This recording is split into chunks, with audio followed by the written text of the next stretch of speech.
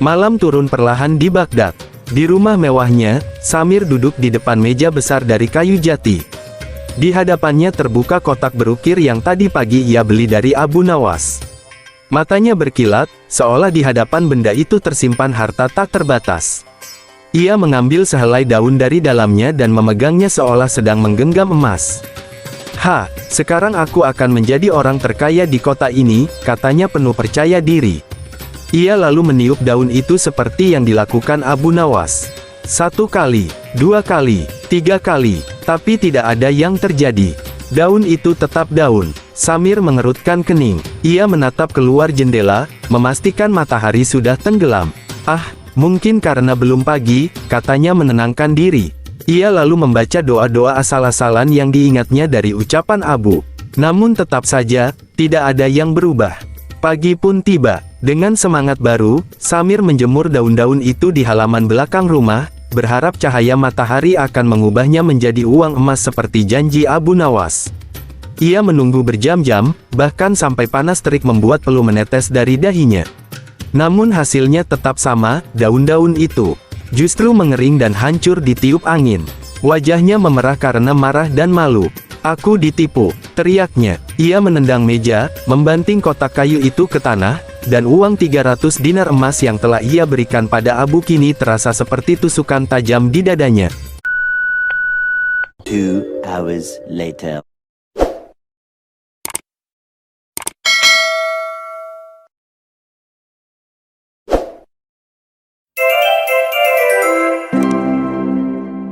Di kota Baghdad yang ramai pada masa kekuasaan Khalifah Harun al-Rashid, hidup seorang pria cerdik bernama Abu Nawas. Ia dikenal bukan hanya karena kecerdasannya yang luar biasa, tetapi juga karena keunikannya dalam memberi pelajaran kepada orang-orang serakah dan sombong dengan cara yang lucu namun mengena. Setiap kali rakyat merasa ditipu, dizalimi, atau dibuat rugi oleh orang licik, mereka selalu berbisik, biarlah Abu Nawas yang mengurusnya. Suatu hari, di tengah hiruk-pikuk pasar yang penuh pedagang, tawa, dan teriakan, Abu Nawas menyaksikan sendiri bagaimana seorang penipu licik menjerat rakyat kecil dengan tipu daya yang keji. Dari situlah kisah ini bermula, kisah di mana Abu Nawas tidak menggunakan pedang atau kekuatan, tetapi hanya sehelai daun, untuk mengalahkan seorang penipu besar. Pagi itu, matahari Baghdad bersinar lembut menembus celah kain tenda para pedagang. Abu Nawas berjalan santai sambil menikmati aroma rempah, roti panggang, dan suara ayam jago di kejauhan. Namun langkahnya terhenti ketika melihat kerumunan orang mengelilingi seorang pria berpakaian mewah, yang tampak sedang memamerkan sesuatu. Pria itu, bernama Samir, dikenal di pasar sebagai penjual keajaiban. Dengan suara lantang, ia berkata, "Wahai rakyat Baghdad, lihatlah kertas ajaib ini. Jika kalian menjemurnya di bawah sinar matahari selama 3 hari, ia akan berubah menjadi uang emas. Aku jual murah, hanya 10 dinar per lembar." Orang-orang awam, penuh harapan ingin kaya mendadak, mulai menyerahkan uang mereka. Abu Nawas menggeleng perlahan, melihat ibu-ibu tua dan anak muda miskin tergiur. Ia tahu, penipu itu sedang bermain dengan kebodohan dan keserakahan manusia. Gumamnya sambil tersenyum miring, "Kalau begitu, biar aku ajari dia arti sebenarnya dari keajaiban." Abu melangkah ke bawah pohon rindang di pinggir pasar. Ia menunduk, mengambil beberapa daun hijau segar dan berkata pelan, "Kau akan jadi uang, tapi bukan untukku, untuk memberi pelajaran." Ia masukkan daun-daun itu ke dalam sakunya, lalu berjalan pulang sambil bersiul. Dalam hatinya, sebuah rencana mulai tumbuh secerdas senyum di wajahnya. Malam tiba. Di dalam rumah kecilnya yang sederhana, Abu Nawas duduk di bawah lampu minyak sambil memandangi daun-daun hijau di atas meja. Di sekelilingnya bertebaran gulungan kertas dan botol tinta, tanda otaknya sedang bekerja keras menyusun tipu daya yang bahkan penipu sekalipun tak akan menduganya. "Orang serakah mudah ditipu oleh bayangannya sendiri," katanya pelan sambil tertawa kecil. Ia mengambil sebuah kotak kayu berukir yang dulu pernah diberikan Raja Harun al-Rashid sebagai tempat menyimpan surat. Ia membersihkan kotak itu hingga berkilau, lalu memasukkan daun-daun ke dalamnya dengan hati-hati seolah itu benda ajaib. Esok paginya, Abu mengenakan pakaian sederhana, sedikit kusam agar tampak seperti orang miskin yang beruntung. Ia berjalan menuju pasar dengan langkah santai dan wajah dibuat seolah-olah tengah menyimpan rahasia besar. Setibanya di pasar, ia mencari tempat yang ramai, lalu duduk di bawah tenda sambil menatap kotak kayu itu.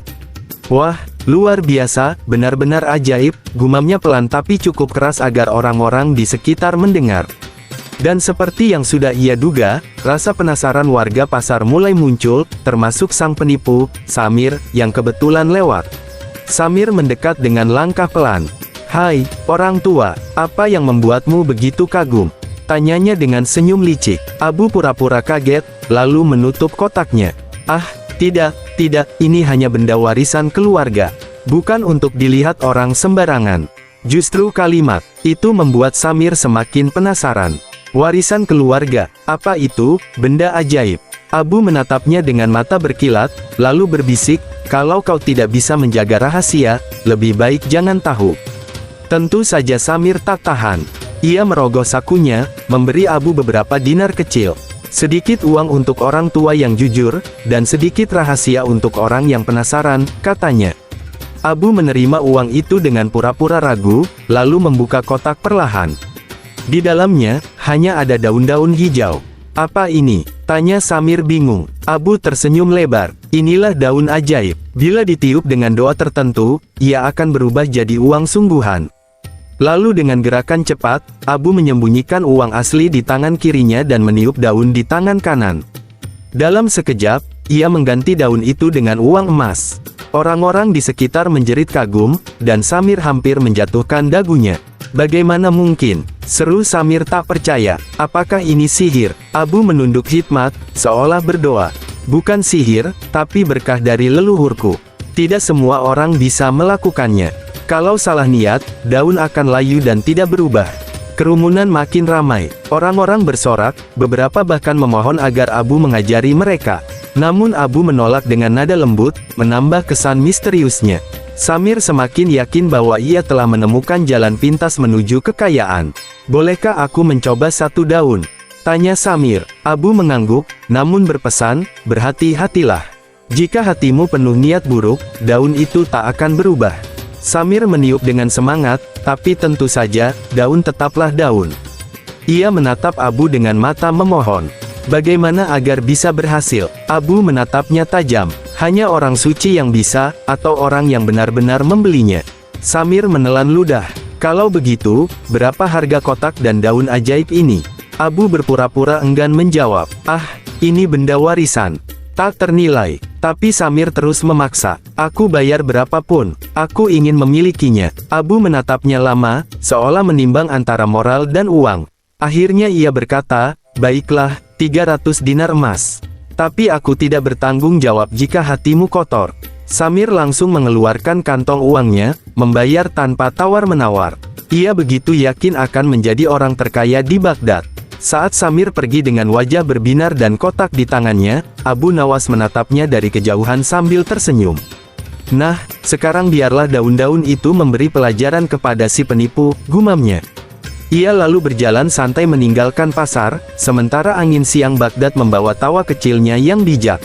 Malam turun perlahan di Baghdad. Di rumah mewahnya, Samir duduk di depan meja besar dari kayu jati. Di hadapannya terbuka kotak berukir yang tadi pagi ia beli dari Abu Nawas. Matanya berkilat, seolah di hadapan benda itu tersimpan harta tak terbatas. Ia mengambil sehelai daun dari dalamnya dan memegangnya seolah sedang menggenggam emas. "Ha, sekarang aku akan menjadi orang terkaya di kota ini," katanya penuh percaya diri. Ia lalu meniup daun itu seperti yang dilakukan Abu Nawas. 1 kali, 2 kali, 3 kali, tapi tidak ada yang terjadi. Daun itu tetap daun. Samir mengerutkan kening. Ia menatap keluar jendela, memastikan matahari sudah tenggelam. "Ah, mungkin karena belum pagi," katanya menenangkan diri. Ia lalu membaca doa-doa asal-asalan yang diingatnya dari ucapan Abu. Namun tetap saja, tidak ada yang berubah. Pagi pun tiba. Dengan semangat baru, Samir menjemur daun-daun itu di halaman belakang rumah, berharap cahaya matahari akan mengubahnya menjadi uang emas seperti janji Abu Nawas. Ia menunggu berjam-jam, bahkan sampai panas terik membuat peluh menetes dari dahinya. Namun hasilnya tetap sama, daun-daun itu. justru mengering dan hancur ditiup angin. Wajahnya memerah karena marah dan malu. "Aku ditipu," teriaknya. Ia menendang meja, membanting kotak kayu itu ke tanah, dan uang 300 dinar emas yang telah ia berikan pada Abu kini terasa seperti tusukan tajam di dadanya. Namun kemarahannya segera berubah menjadi tekad. "Tidak, aku akan cari dia. Aku akan buat Abu Nawas mengganti uangku," katanya penuh dendam. Ia lalu mengambil tongkat, mengenakan jubah hitamnya, dan melangkah keluar rumah dengan wajah penuh murka. Sejak fajar, Samir berkeliling ke seluruh pasar Baghdad. Ia bertanya kepada setiap pedagang, penjual rempah, tukang kain, hingga pengemis di pojokan jalan. "Di mana orang bernama Abu Nawas?" tanyanya dengan nada marah. Sebagian orang pura-pura tidak tahu, sebagian lagi hanya tersenyum penuh arti. Nama Abu Nawas sudah terlalu dikenal, tapi siapa yang mau menyerahkan si cerdik itu ke tangan penipu? Akhirnya, seorang anak kecil yang melihatnya menunjuk ke arah taman di dekat masjid. "Aku lihat Abu Nawas di sana, sedang memberi makan burung." Samir berlari dengan napas memburu. Dan benar saja, di bawah pohon besar, Abu duduk santai sambil melempar remah roti ke burung-burung merpati. Begitu melihat wajah Samir yang merah padam, Abu pura-pura terkejut. "Oh, wahai sahabatku, bagaimana daun-daunnya? Sudah jadi emas, bukan?" tanyanya polos. Samir mendengus marah. "Dasar penipu, kau memperdaya aku. Tidak ada daun yang jadi uang, hanya kebohongan belaka." Abu Nawas menghela napas pelan. "Ah, jadi tidak berhasil. Aneh, mungkin hatimu terlalu penuh niat buruk." Orang-orang yang mendengar mulai tertawa. Samir semakin murka. "Berhenti beralasan. Kembalikan uangku atau aku laporkan pada raja." Abu mengangkat alisnya tinggi-tinggi dan menjawab tenang, "Oh, kalau begitu mari. Aku pun ingin tahu, bagaimana raja menilai seseorang yang menipu rakyat lalu tertipu kembali." Samir tidak sadar jebakan baru sedang disiapkan untuknya. Di sepanjang jalan menuju istana, Samir terus mengomel seperti bebek kehilangan anak. Abu Nawas justru berjalan santai di sampingnya, seolah sedang jalan-jalan sore. Beberapa warga mengikuti dari belakang, penasaran dengan keributan itu. "Kita lihat siapa yang benar," teriak Samir. Setibanya di gerbang istana, para penjaga mengenali Abu dan segera membuka jalan. Samir terkejut. "Jadi kau kenal dengan para penjaga?" Abu tersenyum samar. "Aku hanya sering datang ke sini, kadang diminta raja untuk memberi nasihat, atau hiburan." Mereka pun masuk ke aula besar istana, di mana Raja Harun al-Rashid sedang mendengarkan laporan dari menterinya. Melihat keduanya datang dengan wajah berbeda, satu tegang, satu santai, Raja langsung tertarik. "Ada apa lagi denganmu, Abu Nawas?" tanya sang Raja sambil tertawa kecil. "Kali ini kau menipu siapa?" Samir segera maju dan berteriak, "Tuanku, orang ini telah menipuku dengan menjual daun yang katanya bisa berubah jadi uang emas. Aku rugi 300 dinar. Raja menatap Abu Nawas dengan penuh minat. "Benarkah itu?" Abu menunduk hormat, lalu menjawab dengan nada datar, "Benar, tuanku. Tapi yang kupinta hanyalah kesempatan untuk menjelaskan semuanya." Aula istana menjadi hening. Semua mata tertuju pada Abu Nawas. Raja Harun al-Rashid menatapnya dengan senyum setengah, seperti orang yang tahu bahwa akan ada kisah aneh namun bijak lagi dari si cerdik itu. "Baiklah, Abu Nawas," kata Raja, "ceritakan bagaimana ceritanya sampai kau menjual daun kepada orang ini." Abu mulai berbicara perlahan tapi jelas, setiap kata mengalir seperti sungai penuh makna. "Tuanku, hamba melihat orang ini di pasar. Ia menjual kertas biasa kepada rakyat miskin, dengan janji akan berubah menjadi emas. Banyak rakyat tertipu. Hamba tahu, keajaiban yang menipu tidak boleh dibiarkan. Maka hamba berpikir, hanya penipu yang pantas ditipu balik." Kerumunan di istana mulai tertawa kecil. Raja mengangkat tangannya agar mereka diam, namun senyum tak bisa disembunyikan di wajahnya. "Jadi kau membuat daun-daun itu dan menjualnya padanya?" "Benar, tuanku," jawab Abu tenang. "Tapi hamba tidak pernah memaksa. Ia yang datang sendiri, dengan mata serakah dan hati penuh tipu daya. Bukankah orang seperti itu pantas belajar dengan caranya sendiri?" Raja menyandarkan punggungnya di singgasana. "Lalu, kau menukarnya dengan 300 dinar. "Ya, tuanku, sebagai harga untuk sebuah pelajaran tentang kejujuran." Raja menatap Samir, lalu kembali pada Abu. "Jadi, kau tidak merasa bersalah menipu penipu?" Abu tersenyum bijak. Tidak, tuanku. Hamba hanya menunjukkan pada dunia bahwa tipu daya selalu kembali pada pelakunya. Bukankah hukum alam begitu? Seluruh aula meledak dengan tawa. Bahkan para menteri yang biasanya kaku tak mampu menahan senyum. Samir menunduk, wajahnya merah padam. Raja kemudian berkata, kau menipu rakyat miskin dan kini ditipu balik oleh orang yang lebih cerdas. Itu bukan ketidakadilan, itu karma. Abu menambahkan, daun memang tidak bisa jadi uang, tuanku. Tapi bisa menjadi pelajaran yang lebih berharga dari emas. Raja Harun al-Rashid tertawa terbahak-bahak. Abu Nawas, kau memang aneh tapi selalu benar. Ia kemudian memerintahkan penjaga membawa Samir ke penjara selama beberapa hari. Agar kau sempat berpikir, berapa banyak daun yang sudah kau layukan dari hati rakyat. Samir menunduk kalah. Abu Nawas menatapnya tanpa dendam, hanya dengan senyum tenang. Dunia seakan tahu, keadilan kadang datang lewat tangan orang gila yang paling bijak di Baghdad. Istana Baghdad sore itu bergemuruh oleh tawa. Para pejabat, penjaga, bahkan pelayan yang biasanya tegang pun ikut tersenyum lebar. Hanya satu orang yang tidak tertawa, Samir, sang penipu yang kini menunduk malu di tengah aula. Abu Nawas berdiri di hadapan raja, tangannya bersedekap, wajahnya santai seperti orang yang baru saja menyelesaikan tugas kecil. Raja Harun al-Rashid tertawa sampai mengusap air mata di sudut matanya. Abu Nawas, katanya sambil menahan napas, kau satu-satunya orang di Baghdad yang bisa membuatku tertawa sekaligus berpikir keras dalam waktu bersamaan. Abu menunduk hormat, hamba hanya mencoba menjaga keseimbangan, tuanku. Jika keadilan tak bisa ditegakkan dengan pedang, maka biarlah ditegakkan dengan akal dan kelucuan. Para menteri saling berpandangan, mengangguk setuju. Salah satu di antara mereka berkata, tuanku, rakyat sering ditipu oleh orang-orang seperti Samir. Tapi Abu Nawas menunjukkan, kebohongan tidak akan berbuah manis selamanya. Samir menatap ke bawah, wajahnya pucat. Ia baru sadar bahwa dirinya telah menjadi bahan tawa di hadapan seluruh istana, dan lebih dari itu, ia sadar bahwa ia telah belajar pelajaran paling mahal dalam hidupnya. Raja akhirnya berkata, baiklah, Abu Nawas. Karena engkau sudah membuat rakyat terhibur sekaligus menegakkan keadilan dengan caramu yang unik, aku tidak akan membiarkan jasamu berlalu begitu saja. Raja Harun al-Rashid menatap Samir dengan pandangan tajam.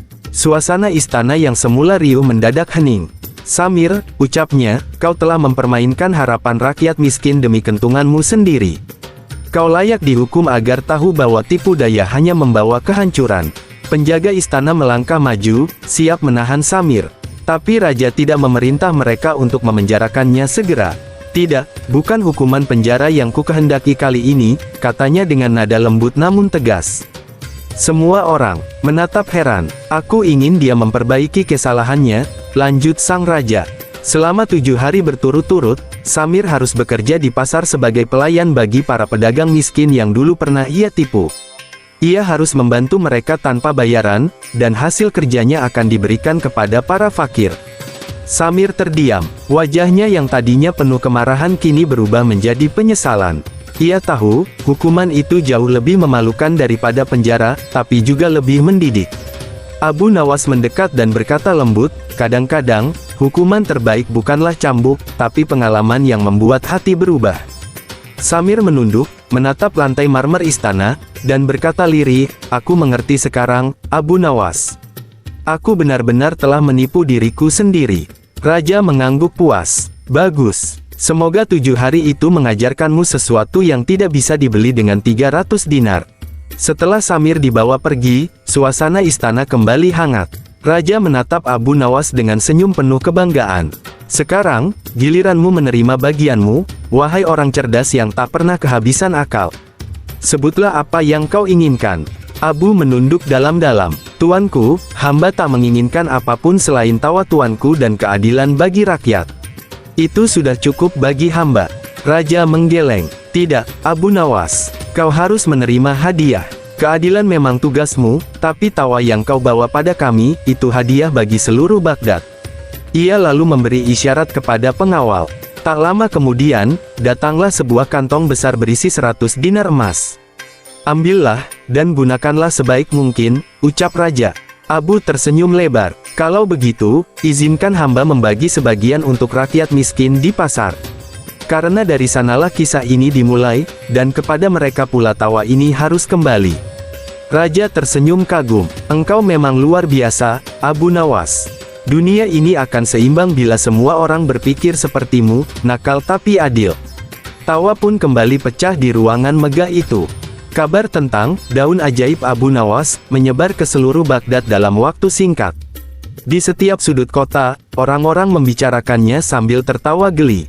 Kau dengar, penipu yang menjual kertas ajaib ditipu balik dengan daun, kata seorang pedagang rempah. Haha, jadi benar kata Abu Nawas, keajaiban itu bukan dari daun, tapi dari akal sehat, sambung pedagang lain.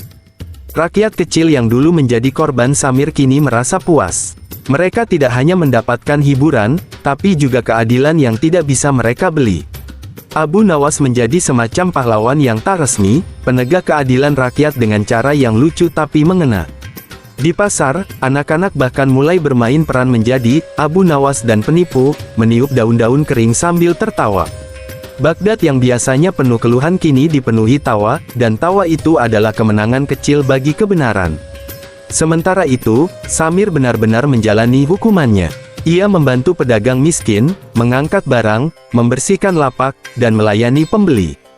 Hari demi hari, kesombongannya luntur, berganti dengan rasa malu dan syukur. Ketika hukumannya berakhir, ia mendatangi Abu Nawas dan berkata dengan tulus, "Terima kasih telah menipuku, wahai orang bijak. Kalau bukan karena tipu dayamu, aku mungkin masih menipu orang lain." Abu tersenyum, menepuk pundaknya, "Nah, sekarang kau tahu, bukan semua tipu daya itu buruk, kadang ia obat untuk jiwa yang sakit oleh keserakahan." Malam itu, Baghdad kembali tenang. Abu Nawas duduk sendirian di bawah pohon besar di pinggir pasar, pohon yang sama dari mana ia memungut daun-daun yang mengubah jalan hidup seorang penipu. Angin berhembus lembut, menggoyangkan dedaunan yang kini tampak berkilau di sinai bulan. Abu menatap satu daun di tangannya dan berkata pelan, "Kau memang tidak pernah berubah jadi uang, tapi kau mengubah hati seseorang. Itu lebih berharga dari 1000 dinar." Seekor burung kecil hinggap di bahunya, seolah ikut mendengarkan. Abu tersenyum, menatap langit malam yang cerah. Ia merasa damai. Di kejauhan, terdengar suara rakyat tertawa menceritakan kisahnya, kisah tentang daun, penipu, dan keajaiban sejati yang lahir dari kecerdikan. Sebelum pulang, Abu menatap ke arah istana dan berbisik, "Raja boleh punya emas, tapi aku punya tawa rakyat. Dan itu, tuanku, adalah kekayaan yang tak ternilai." Ia pun berjalan pulang dengan langkah ringan, diiringi cahaya bulan dan tawa kecil yang bergema lembut di malam Baghdad. Begitulah Abu Nawas, si cerdik dari Baghdad, yang mampu mengubah daun jadi uang, bukan dengan sihir, tapi dengan akal, humor, dan kejujuran.